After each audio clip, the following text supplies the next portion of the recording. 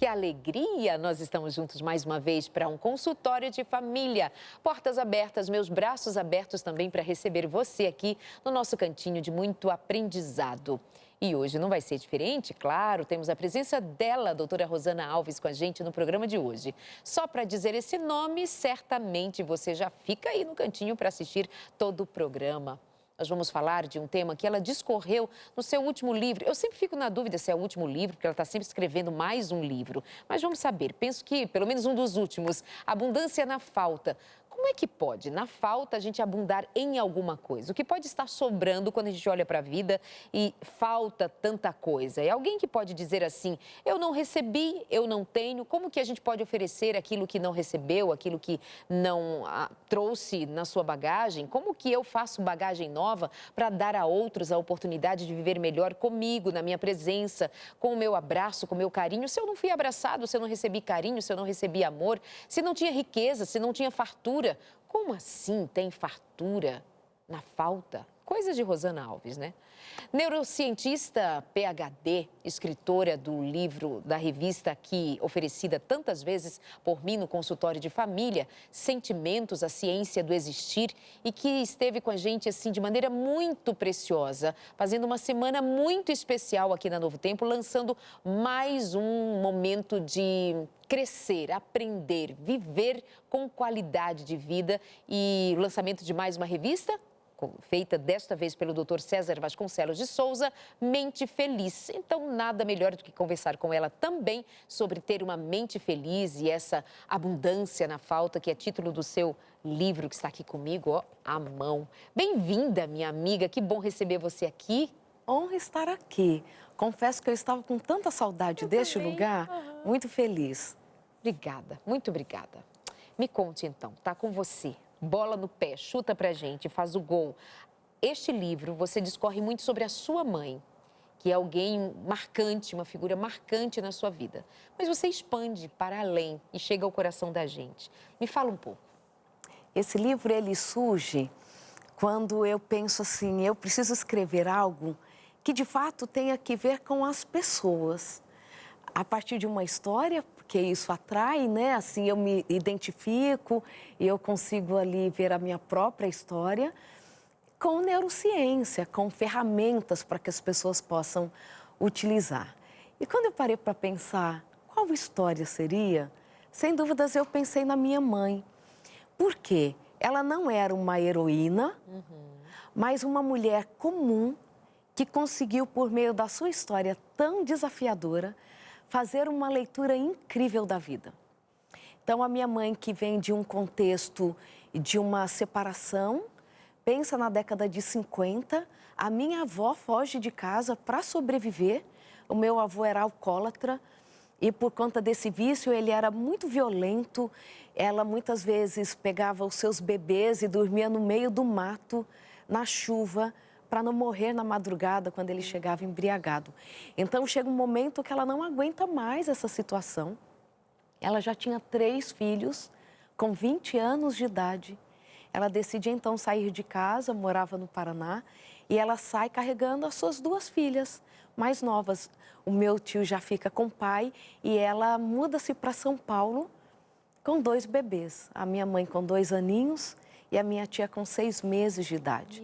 Então, quando ela chega em São Paulo e ela percebe que ela não vai dar conta de cuidar de 2 crianças, ainda trabalhar, conseguir casa para todo mundo morar, ela decide ir até Minas Gerais, onde a própria mãe morava, e ali ela passa alguns dias com os parentes, e ela coloca um dia a minha mãe sentada num banquinho na sala, que é representado na capa do livro, e ela diz assim para minha mãe, Betinha, eu vou à cozinha buscar uma boneca para você. Fica sentadinha, esperando a mamãe voltar. Mas a minha tia-avó, que viu toda a cena, diz que era de cortar o coração ver aquele bebezinho ali, sentadinho esperando a mãe voltar com o presente prometido. E como a minha avó demorava para voltar, a minha mãe desceu do banquinho, foi até a cozinha, não achou a mãe, saiu pela porta dos fundos, deu a volta em todo o quintal, entrou pela porta da frente e ficou fazendo este movimento por muito tempo, procurando a mãe. Até que ela percebe que também havia perdido a mãe e a irmã. Agora ela estava numa casa, só com pessoas estranhas, sem ninguém da sua família. O pai já tinha ficado para trás, o irmão, e agora a mãe e a irmã. Naquele momento, a minha mãe parou de falar.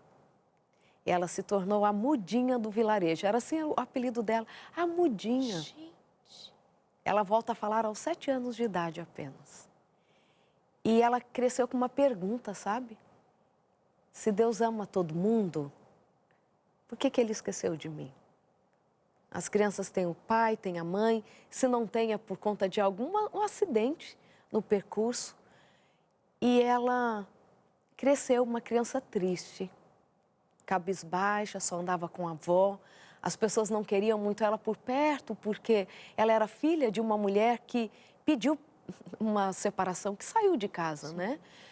Então, um apelido que a minha mãe tinha era: filha de tomadeira de marido dos outros, tomadeira de marido será. Esse era o slogan da minha mãe. Porque a mulher separada naquela época era chamada de tomadeira de marido dos outros, né? Então, ela cresceu com poucos amigos, sempre na companhia dessa avó idosa, com poucos recursos financeiros, sendo criada por uma viúva. E a minha mãe cresce, casa. E quando eu já estou adulta, indo entregar os convites de casamento, estávamos no carro eu, o André e a minha mãe. E conversávamos sobre a vida ali. E eu viro assim para trás, eu tenho tanto essa imagem clara para mim. Eu viro assim para trás, ela estava sentada ali no banco de trás do carro. E eu falo assim: mãe, me explica uma coisa que eu não consigo entender. Como a senhora, que não cresceu com a mãe, por melhor que tenha sido cuidado pela avó, sentia falta da mãe, sentia falta da família. Como a senhora conseguiu se tornar na melhor mãe que eu conheço? Como a senhora consegue ser tão afetuosa, cuidar tão bem da gente, não bater na gente, ter tanta paciência com 5 crianças dentro de casa, e entre as 5 crianças estava eu, Darlede. Não é pouca coisa. Não é pouca coisa. E eu falo assim: mãe, como a senhora consegue ser essa mãe tão equilibrada? E era mesmo, né, Rosana? A minha mãe não gritava com a gente, Darlede. Meu. A minha mãe sentia uma dor de cabeça 24 horas. Quantas vezes eu vi a minha mãe desmaiar de tanta dor de cabeça? De desmaiar no centro da cidade, e o filho que estivesse ali com ela já pediu para alguém ajudar, chamar uma ambulância. Ela tinha uma hipertensão crônica gravíssima. A mínima da pressão da minha mãe chegava em 24, 25, a mínima. Quantas vezes chegávamos ao hospital e os aparelhos não conseguiam aferir a pressão dela porque tinham passado de 32. Então era grave a situação física da minha mãe, que pode ter sido provocada pelo trauma. E eu trato sobre os traumas no livro. Eu trato sobre essa questão de você ser tirado de um contexto conhecido e ir para um outro ambiente, o quanto isso pode, inclusive, provocar uma hipertensão. E eu falo tudo isso com ela, ela não gritava com a gente dentro de casa. E depois, se der tempo, eu quero voltar a este ponto. Pode continuar. E eu falo assim: mãe, como a senhora consegue ser a pessoa mais acolhedora que eu conheço? Sendo que a senhora foi rejeitada por uma sociedade. As pessoas não se importavam se ela não tinha um sapato para colocar nos pés.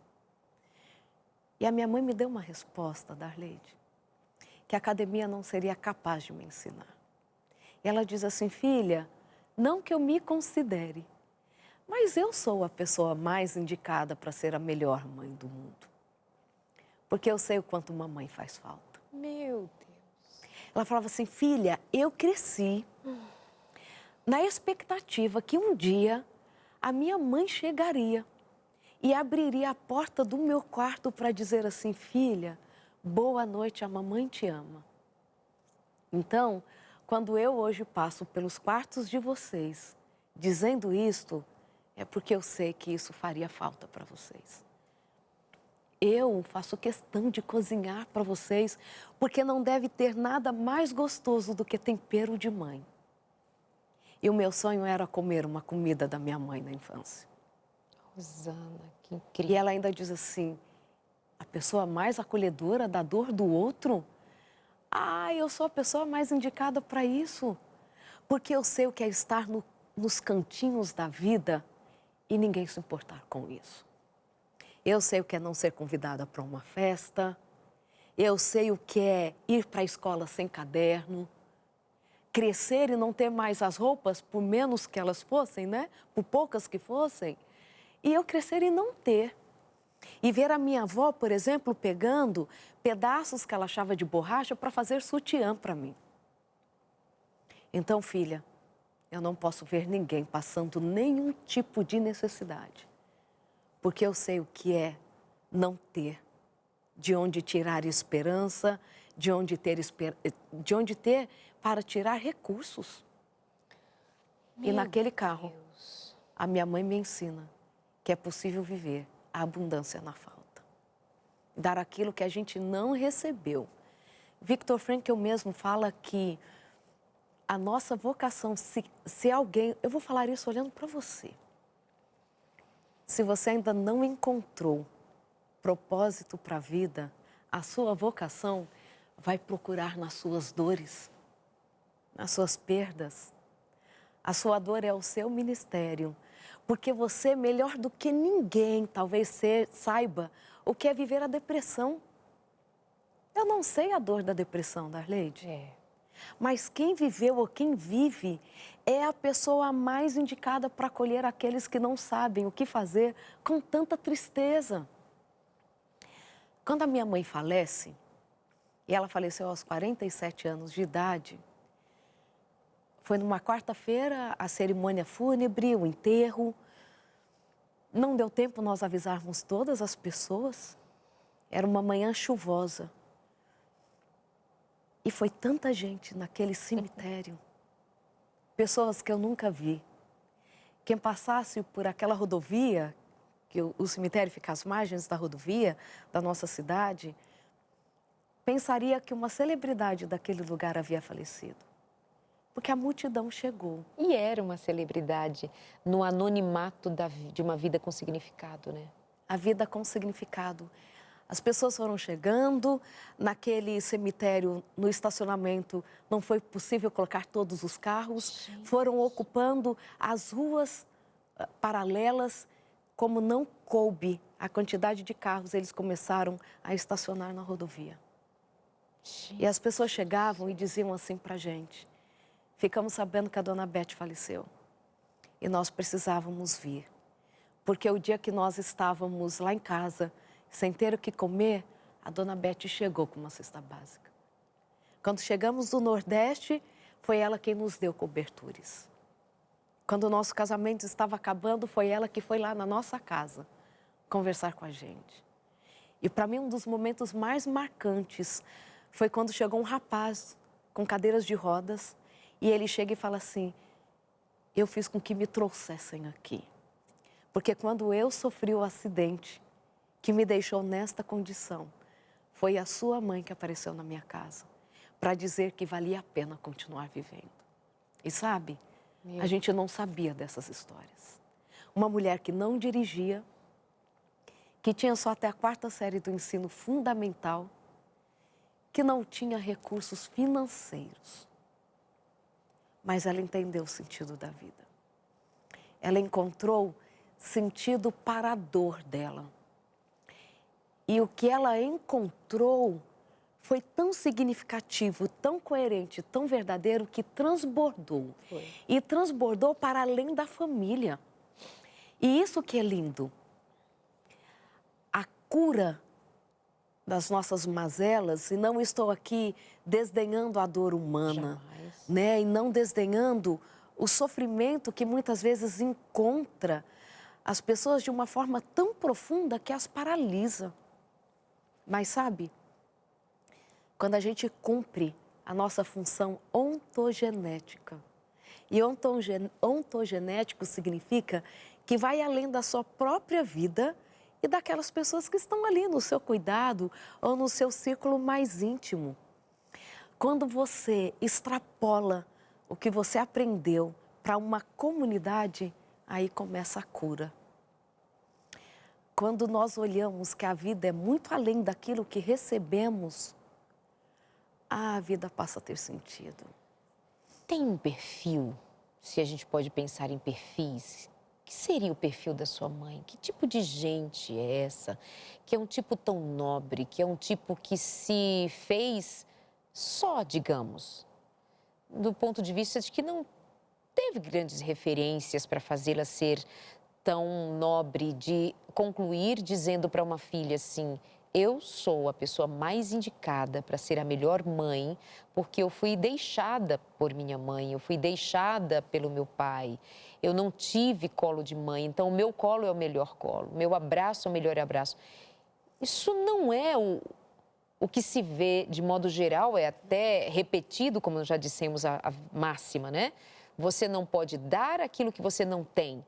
E eu sou alguém que acredita que você pode dar o que você não teve, mas em algum momento você adquiriu. E especialmente quando nós cremos em quem nós cremos e do jeito que nós cremos. Na jornada da sua mãe e na sua leitura enquanto profissional, neurocientista, né, a parte de ser filha, mas sem fechar os olhos para o que você aprendeu lá enquanto menina, jovem, adulta, mulher com essa mãe. E que quando você diz que ela morre com 47 anos, eu penso, daqui a pouco você tem a idade da sua mãe, de quando ela morreu, e tão jovem, né? Tão nova e marcante, profundamente marcante. Que tipo de gente é a sua mãe? Que perfil é esse? Ele existe? A gente encontra ali na esquina? Ele existe naqueles que naturalmente já têm uma facilidade para enxergar isto. A empatia, ela pode vir nos nossos genes. Tem pessoas que são geneticamente mais empáticas, mais altruístas. Mas eu gosto muito de dizer que a gente aprende. A gente pode.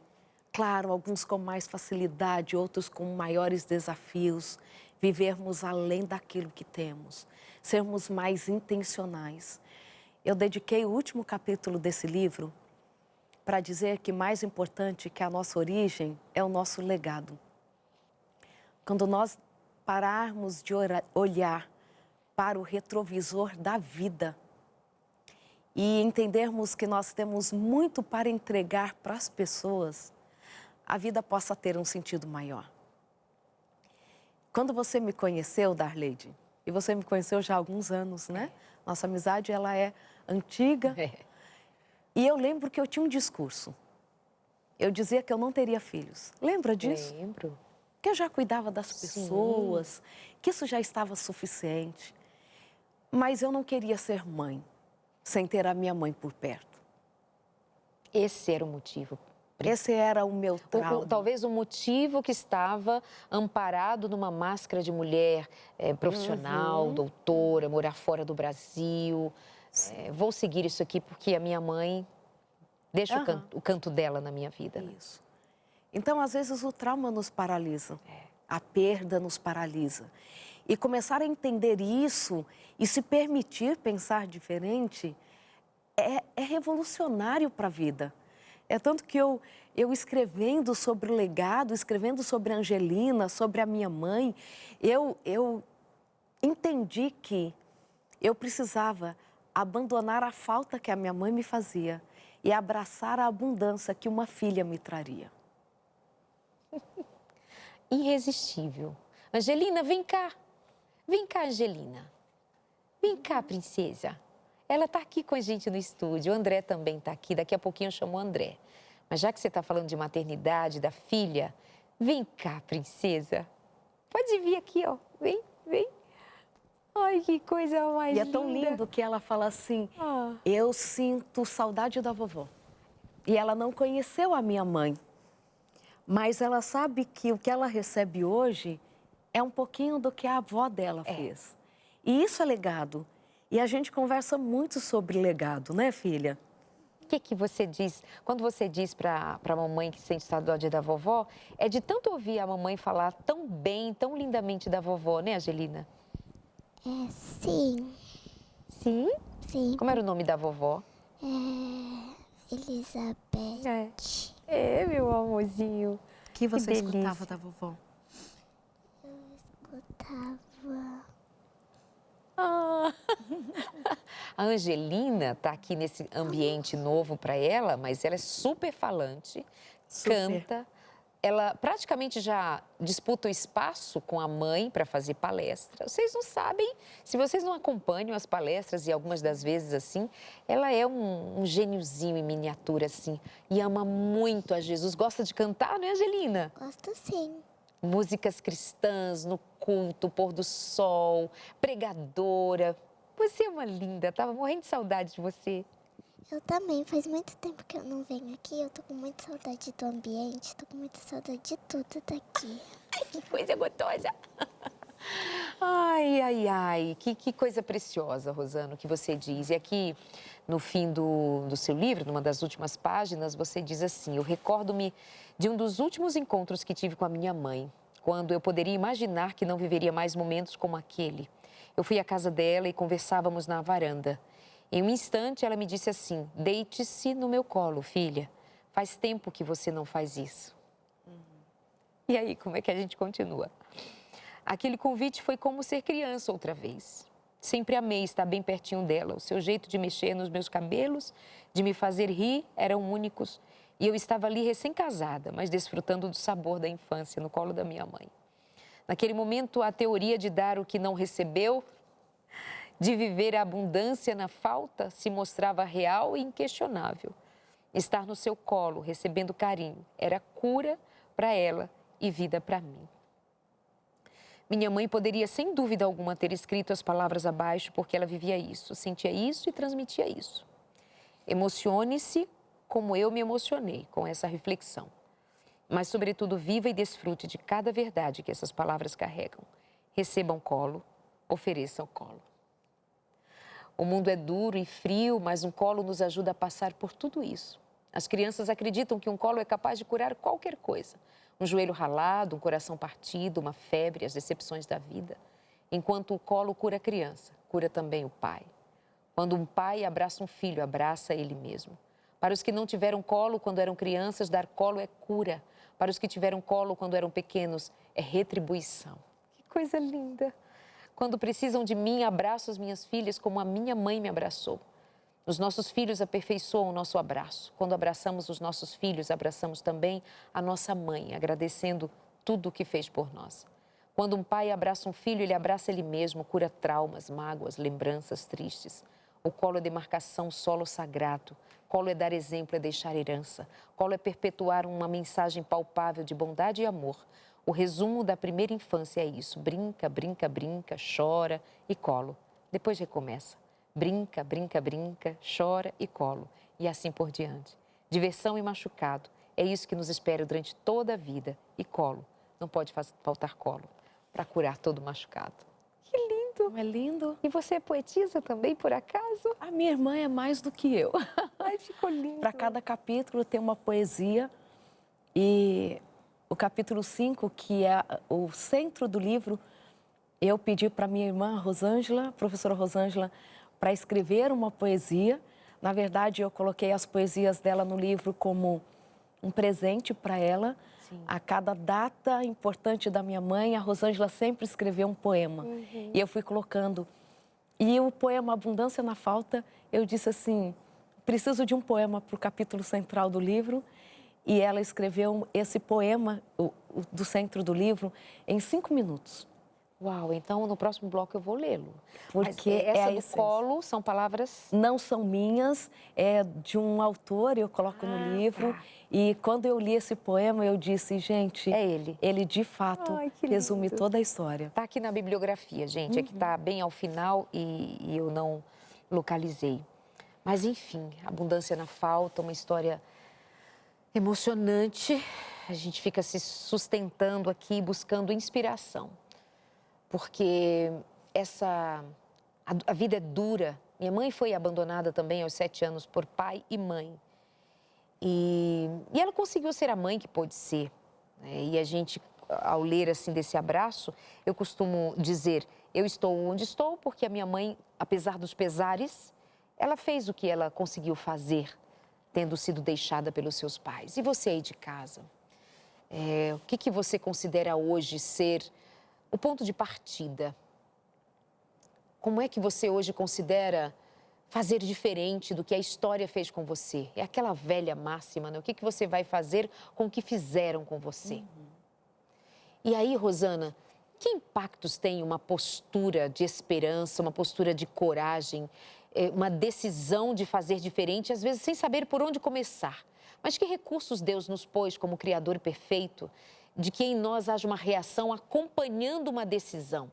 Tem impactos neuronais? Como é que o cérebro reage a um comando, por exemplo, de vou tomar essa história para mim e vou ser uma Beth na vida também. Eu vou dar colo quando eu não recebi colo. Eu vou dar abraço quando eu não recebi abraço. Porque eu sei o que é a falta de um abraço e eu não quero que ninguém sinta falta de abraço quando estiver comigo.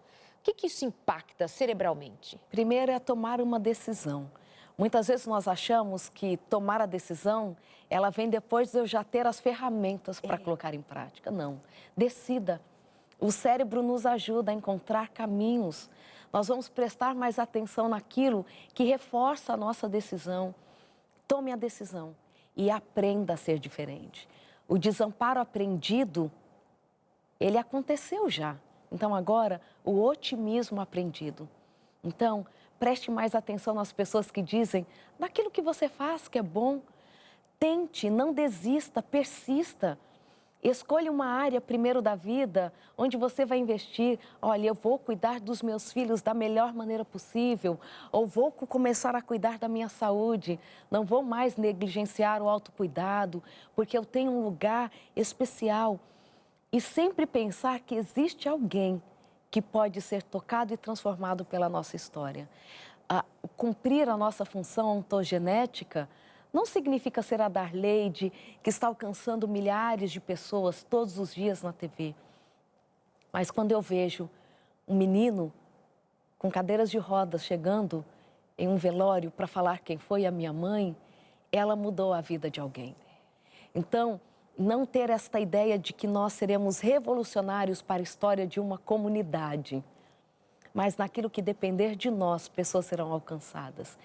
E persistir nesta aprendizagem da vida positiva, de olhar assim, isso não foi bom, mas o que eu quero fazer com essa história? Não é fingir ou mascarar o sofrimento, ele existe, ele deixa marcas profundas, ele te deixa com sequelas, dependendo até sequelas cerebrais, né? Perdas mesmo importantes de volume cerebral, de neurônios, mas eu conheço um Deus que pode mudar todas as coisas e que deixou ferramentas para isso, para aqueles que puderem uma psicoterapia, um bom amigo.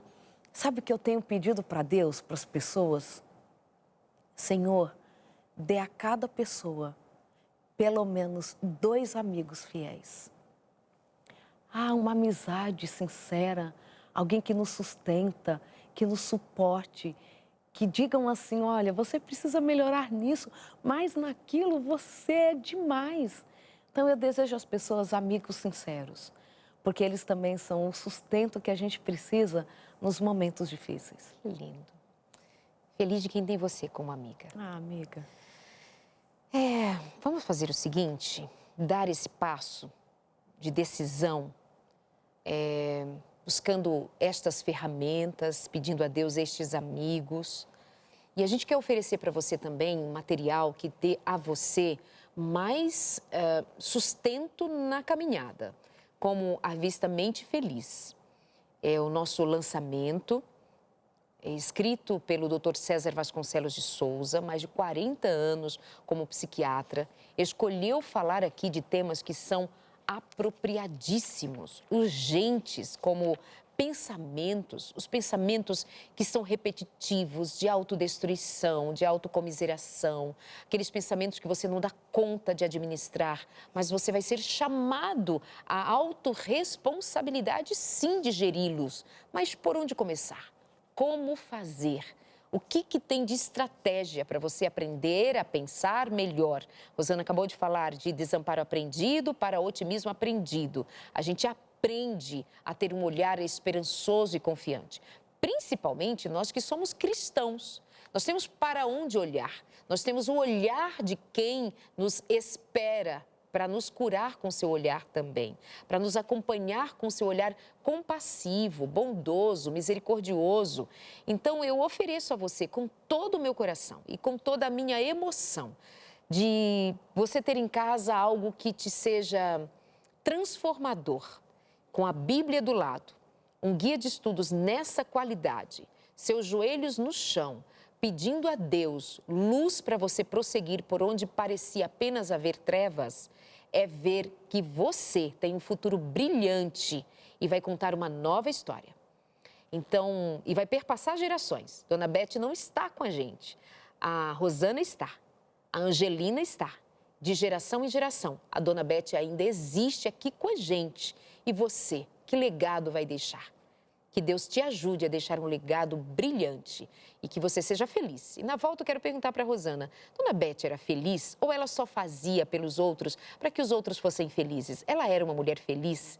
Essa felicidade existe mesmo carregando traumas profundos na alma? E como é que esses traumas vão se acomodando e dando lugar à felicidade? É possível? Mente Feliz para você. Entre em contato com a gente, aparece aí no seu vídeo, 0 operadora 12 21 27 31 21. Você não vai pagar por isso. Não, já está pago. Primeiro na cruz, Jesus pagou por nós, para que nós tivéssemos vida em abundância. E esse material, os Anjos da Esperança já pagaram. É só para você receber e viver feliz, porque tem alguém que se importa com você. Nós nos importamos. Vamos para o intervalo e já voltamos. Um beijo e até já.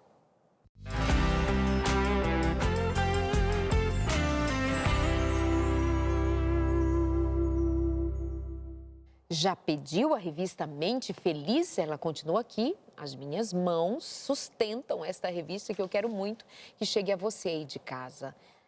A revista Esperança Novo Tempo, Mente Feliz. Vou dizer aqui mais alguns temas. A cura para a ansiedade. Uma vida leve começa aqui. Como ter paz em meio ao caos? Depressão não é frescura. A sua tristeza pode ser uma doença profunda, mas tem como você lidar, aprender a lidar. Tem como a gente esperar uma mudança, uma cura, uma transformação? A ciência vai dizer que não, mas nós cremos. Nós cremos. Deus é maravilhoso. Continuamos aqui na companhia da doutora Rosana Alves, PhD. Doutora Rosana Alves, escritora de alguns livros. O último, e nós temos falado dele aqui, Abundância na Falta. Uma história tocante, profunda, maravilhosa. Deixa eu me arrumar aqui, né, minha gente? Falar da Dona Beth. Isto. E a gente continua aqui com a gente, a doutora Rosana, a Angelina do ladinho. Daqui a pouquinho eu vou chamar o André. Mas eu deixei uma pergunta no ar, Rosana, se a Dona Beth era feliz. Porque há muitas vezes que alguém desconfia. Ela aprendeu a mascarar a dor. Ela devia ser uma mulher que era triste, mas não deixava transparecer para não entristecer os filhos. Que leitura você faz? Ela alcança uma paz interior de verdade? Em que momento Beth conhece a Jesus? Faz diferença? O que foi o ponto da virada da história dela, se podemos dizer assim? A minha mãe, ela era muito diferente de mim. No aspecto, ela era mais retraída, mais observadora. Não era de muita fala, ela era de uma fala baixa. Ela estava ali sempre para ajudar as pessoas no que precisasse, mas ela tinha muito claro para ela das marcas que esta infância deixou nela.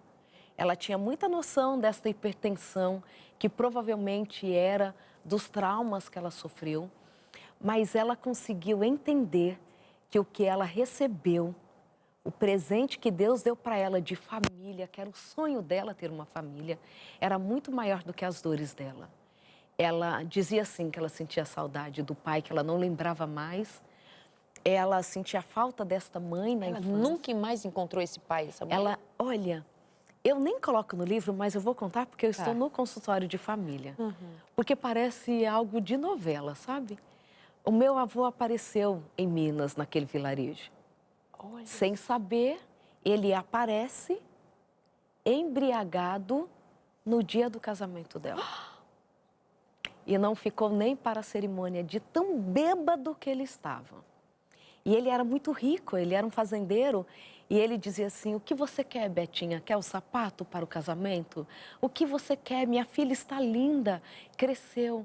e desapareceu para nunca mais voltar. Gente do céu, No dia do flash. casamento dela. E foi embora. Um flash.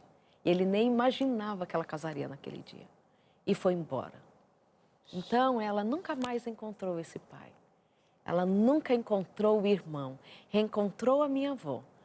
Mas a história dela já estava formada, Sim. né? Então, Você ela conviveu com essa avó? Você conheceu a avó? convivi um tempo com ela, né? Convivemos ali muitos anos. E a minha avó falece 2 anos depois do falecimento da minha mãe ainda. Mas a minha mãe, ela tinha uma leitura muito profunda da vida. A dor fez ela ter essa leitura. E ela tinha uma leitura espiritual da vida muito importante. Eu vou pedir que você mencione o que você havia dito que faria a respeito da relação dos traumas e da hipertensão da sua mãe. Aí a gente avança porque, ao falar da história dela, falar da história da família, a gente vai aprendendo ao longo do caminho. E hoje é um programa em que você não está sendo a neurocientista propriamente dito, porque antes de sê-lo, você é uma mulher com uma história de vida e essa mãe que deixa o legado, até que é esse legado que você transmite pra gente, né? No palco, no púlpito, na TV, ou por onde você está.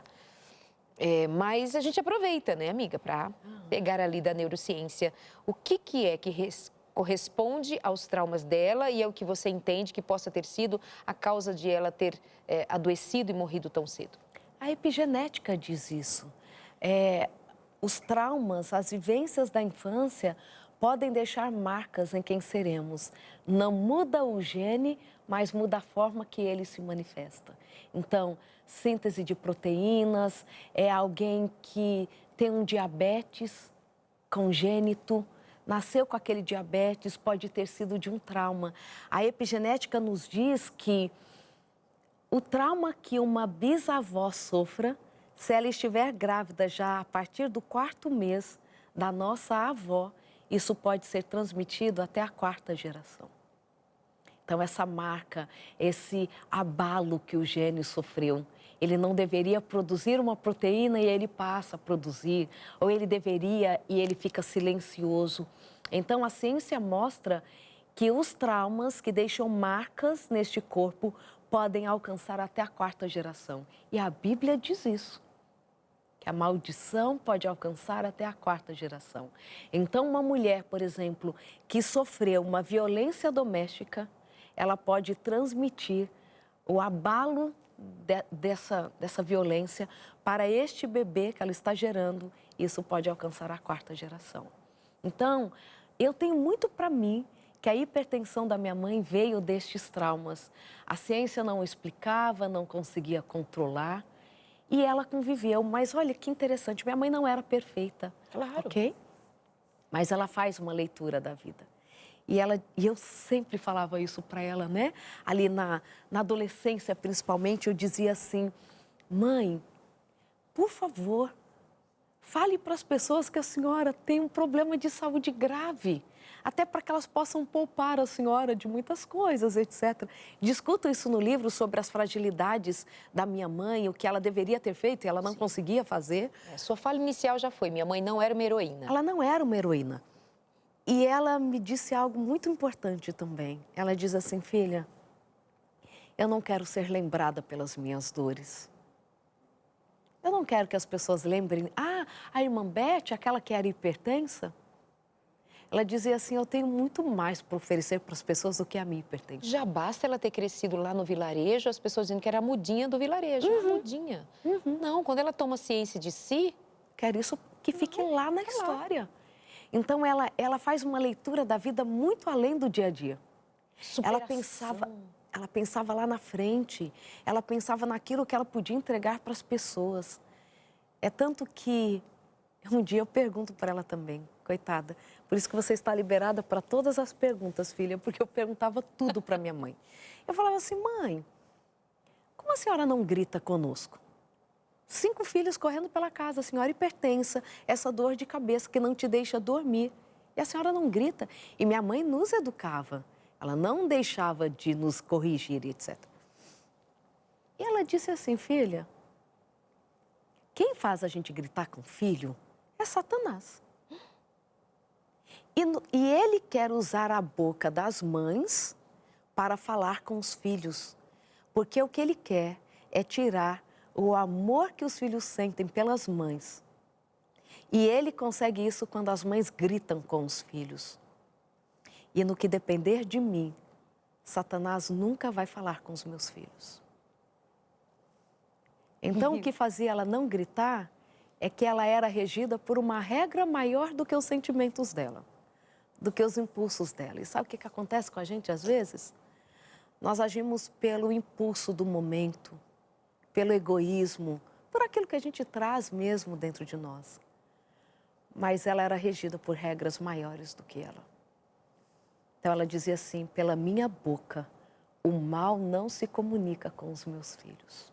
Rosana, mas como é que isso pode ser maior, falar mais alto do que uma dor crônica?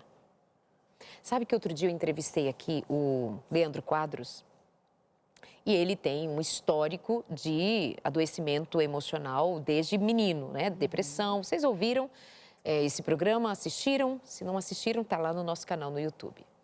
E ele fala disso abertamente, né, da sua história, e ele diz assim: mas Darleide, eu, com todos os meus transtornos, sem dormir, síndrome do pânico, depressão, toque, eu nunca me permiti ser grosseiro com a minha esposa, ser grosseiro com as minhas filhas, gritar, ou qualquer coisa do gênero assim, nunca me permiti. Eu me retirava para o meu momento de recuperação e voltava para elas. Isso não.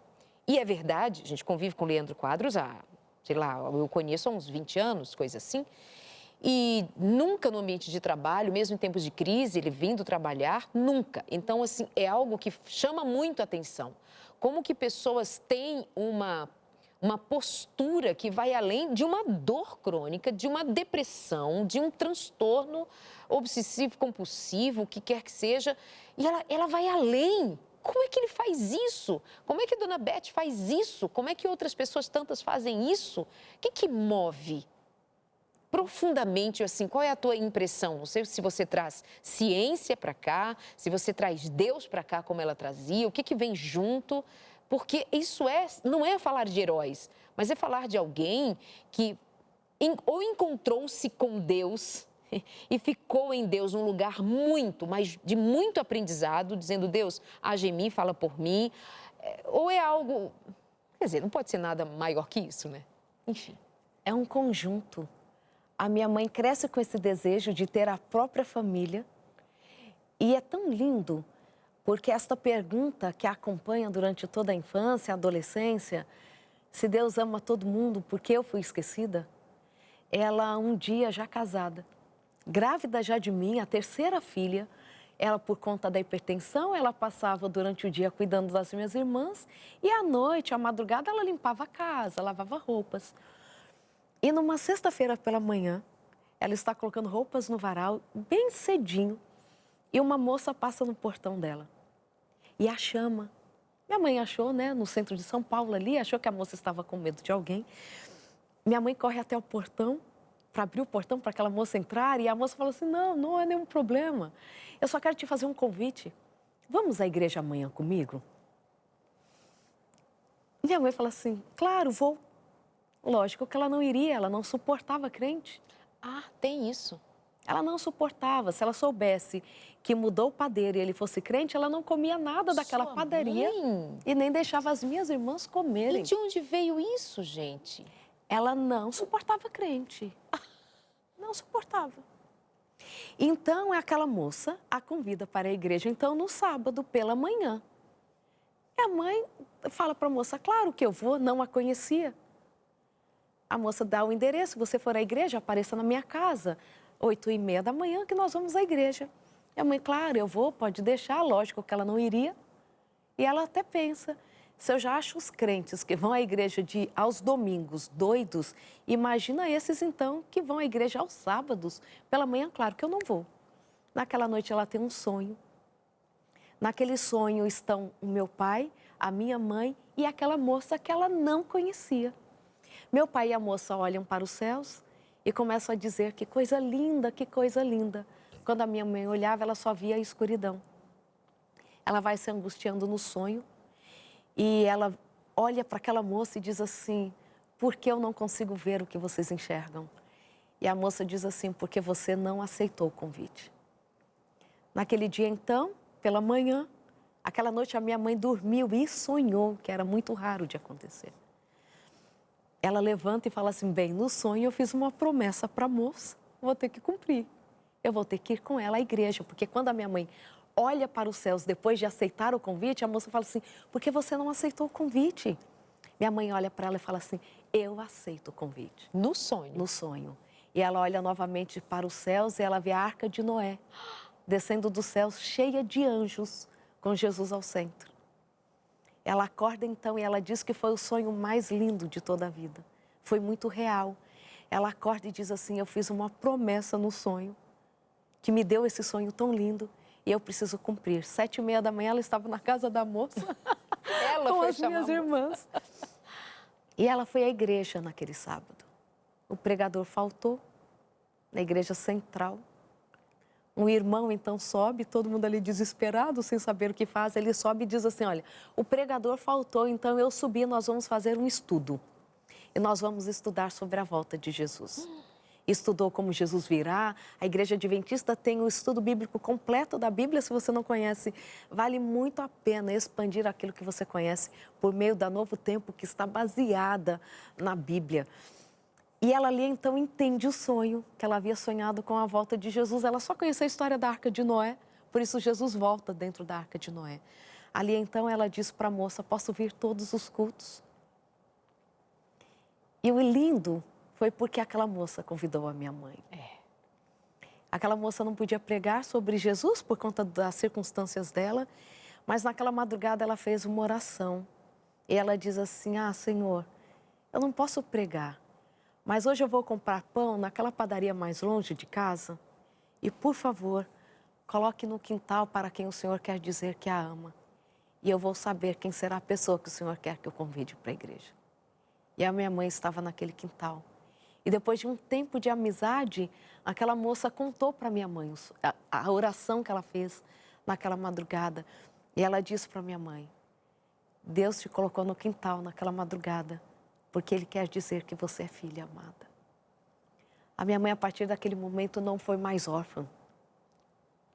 Então, ela aprendeu sobre o amor com aquele que ama de verdade. Então, o que ela aprende com Deus, ela transmite para nós. E eu gosto muito de dizer que Deus é especialista nas nossas histórias. E para quem está aqui, olha, escutando esse consultório de família, eu posso dizer que se deu certo para minha mãe, vai dar certo para você. É só não desistir, é só aceitar que Ele vem assim, olha, com cuidado e diz assim: eu amo você. Essa dúvida você não precisa ter mais, se você ainda tem. E permita que Ele vá te moldando. Permita escutar a voz dEle, permita aprender por meio da palavra dEle. A minha mãe decide que ela vai ser uma leitora assídua. Ela não tinha dinheiro para comprar uma roupa, mas ela comprava um livro. Então, nós temos os livros da minha mãe até hoje. Eles todos grifados. Os livros da Ellen White de educação de filhos, todos a minha mãe lia. E ela colocava no final sempre uma oração: Senhor, eu não tenho a paciência que eu deveria ter. Por favor, me ensina a sua paciência. Eu não quero que nenhum filho falte nos céus. E ela colocava o nome de todos os filhos e com a data. Ela grifava e ela colocava assim: isto eu preciso fazer. E ela colocava em prática. O maior legado que a minha mãe deixou para nós foi a coerência da vida de uma mulher que aprendeu em Jesus a viver a abundância. A minha mãe não era uma mulher na igreja, na comunidade e outra dentro de casa. A mulher que não falava mal das pessoas em público também não falava dentro de casa. Minha mãe encontrava motivos para gostar das pessoas. E isso ela aprendeu. Ela aprendeu com a dedicação no estudo, mas, sobretudo, entendendo que ela era filha amada de Deus. Ah, gente, e se a gente tem o amor de Deus, Como diz o salmista, se eu tenho Deus nos céus, do que mais eu preciso na terra? Ele precisa ser suficiente. Esse livro tem emocionado muitas pessoas. E eu entendo porque esse livro fala de Jesus. Por mais que ele não esteja de forma explícita escrito no livro. Mas ele é o que Jesus pode fazer. Você me faz lembrar, o pastor Aleixo, muitas vezes, ele fala disso, de que assim, não olhe para mim, olhe para Jesus, dizemos nós, né? Não olhem para mim, olhem para Jesus, olhe para Jesus. E ele diz, mas como Jesus será visto se não for por seu intermédio? Você conhece a Jesus quando recebe um abraço, como abraçava a Dona Beth. Você reconhece Jesus no colo de alguém. E ele, certa vez falando sobre isso, diz assim, quando você chegar diante de Jesus e ele te abraçar, você vai reconhecer o abraço dele, porque alguém terá te abraçado em algum momento daquele jeito. Quando ele, por meio de alguém, te abraçou e você não sabia. Então, isso é transformador. Transformador. Deus nos ama, mas não é a distância. Tem alguém para nos amar. Mas esses dias eu conversava com uma mulher e ela diz assim, ninguém foi lá à minha casa, ninguém ligou para mim. Eu falei assim, as pessoas não fazem ou você comunica a elas com a sua postura, com o seu semblante, com o seu afastamento, que você não quer o amor delas. Tem isso também. Talvez seja uma pessoa que se negue a amar. Então, veja que círculo a gente vai fazendo, percorrendo, para encontrar também nessa nossa caminhada, que às vezes é circular, de que, assim, às vezes eu me nego a ser amada, às vezes eu fujo de ser amada, às vezes eu não quero entregar amor e me escondo na ideia de que eu não tenho para dar porque eu não recebi. E a gente vai vendo Dona Beth agindo nessa história toda contada pela Rosana, e pode ser a história de outros tantos aqui que não estão para contar comigo, mas que é hora de a gente abrir os olhos, gente. Não é possível que nós tenhamos encontrado a pedra angular. Outro dia eu via a construção de um arco de pedra e aí o construtor queria me ensinar qual é a pedra angular. É a pedra que vai fazer o encontro naquele encaixe perfeito para manter aquela abóboda no seu lugar perfeito. Precisou de uma pedra para encaixar e é ela que sustenta todas as outras. Nós somos cristãos. A pedra angular é Jesus. Jesus faz diferença para sustentar a nossa estrutura para a vida. Portanto, ser cristão é diferente de ser qualquer outra coisa. É pedra angular, é a alegria dos céus, é fruto do Espírito, é ser revestido da glória de Deus, é encontrar propósito, identidade, é fazer história ser nova, diferente. Ele disse, eis que faço novas todas as coisas. Eis que lhe chamam para uma vida nova, vida de abundância. E essa abundância que supera na falta que essa vida árida nos faz viver. André, vem cá, só para a gente se despedir em família, para a gente ter essa família que é um privilégio, não é todo dia que a gente tem essa família aqui no consultório. André, que já está casado há quê? Uns 18 anos com você? Casamos em 2005, vamos fazer 19 anos de casados já. Olha, que bonito. Tudo bem, André? Tudo bem, obrigado viu, pelo convite de estar aqui com a minha família. Pois é, tão Legado linda a que sua Deus família. me deu. Obrigado. Tão obrigado. linda. Já estivemos uma vez, aí a Angelina não estava com a gente ainda, não. quando esse casal contava histórias hilárias da vida deles. O tipo esqueceu a chave, e aí ela fica fora de casa, e enfim, essa história é maravilhosa. Outro dia eles voltam para recontar essas histórias, mas aqui é para ficar essa imagem linda de uma família linda, que tem sido bênção, Brasil e Estados Unidos, onde vocês moram e onde passar. Eu só queria sugerir para o editor que na próxima edição está aqui Rosana Alves, PhD e filha da Dona Beth. Ai, que lindo. Eu coloquei só na contracapa, mas Não, eu acho tem que tá cabe aqui, ó, muito aí. Filha da Dona Beth, tem que estar aqui, né? Eu aprendi com a minha mãe, terminando aqui a minha fala, e eu coloquei até no capítulo sobre traumas. Dos meus fragmentos farei mosaico, nunca mais serei caco. Repete. Dos meus fragmentos farei mosaico, nunca mais serei caco. Que lindo. Meu amor, muito obrigada, viu, Angelina? Obrigada por ter vindo aqui. De nada, eu tô muito feliz de estar aqui e principalmente porque Reencontrei várias pessoas que eu amo. Ai, que amor. E eu tô muito feliz de estar aqui. Então dá um mesmo. beijo para quem tá ali de casa. Assim, um beijo para você, vai. Um beijo pra você. Maravilhosa! André, obrigada pelo apoio, pelo agradeço. ombro, pela amizade, por essa família que vocês têm sido. Obrigado por receber minha família, como vocês têm recebido até hoje. Muito obrigado a todos. E para você também, sua sogra foi muito marcante, né? Muito. Maravilhoso.